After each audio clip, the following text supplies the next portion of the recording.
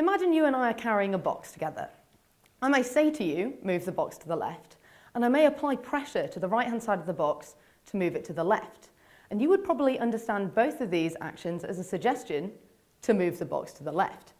We work and we act together on situations like carrying a box all the time. And when we cooperate like this, we use a combination of talking to each other and implying information through actions. Try and remember the last time you and a friend were carrying something and you had to get them to stop suddenly.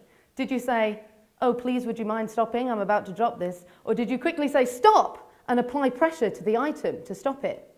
We humans are really clever in that we've learned how to work like this over time, and it makes us faster and more efficient in working together. But what if we wanted robots to work like this? How would we get two robots who don't know each other, haven't evolved like we have, and may not even have opposable thumbs, to do something like carry a box together? Well, that's the question that I'm trying to answer, and I think the key to answering it is in combining techniques from 3 robotics research areas. Firstly, I need a way for the robots to imply information through actions. Swarm robotics, where the interaction of small, simple robots creates a more complicated behavior overall, uses lots of examples of this communication that I can use in my research. Secondly, I need a way for the robots to know what combination of indirect and direct communication is best for any situation.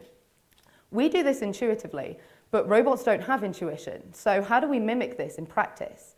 Well, I'm going to try and get my robots to simulate themselves and others so they can evaluate the consequences of their actions and recall past experience to make decisions. And finally, I need a way for my robots to collaborate together.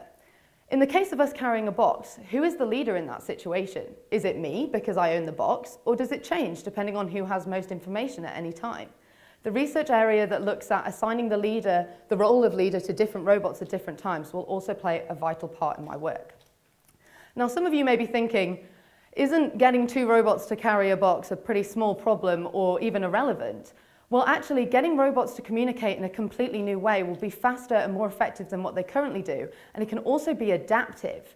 If one robot breaks and is unable to speak directly to another, being able to imply information in another way could mean it can still do its job. Similarly, robots being able to speak in more unconventional ways means that they can work in environments where direct communication isn't effective, like disaster zones, the ocean, or space.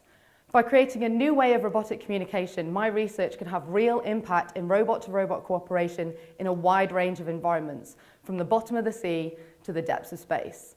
Or at the very least, it would make a great robot removal man company. Thank you very much.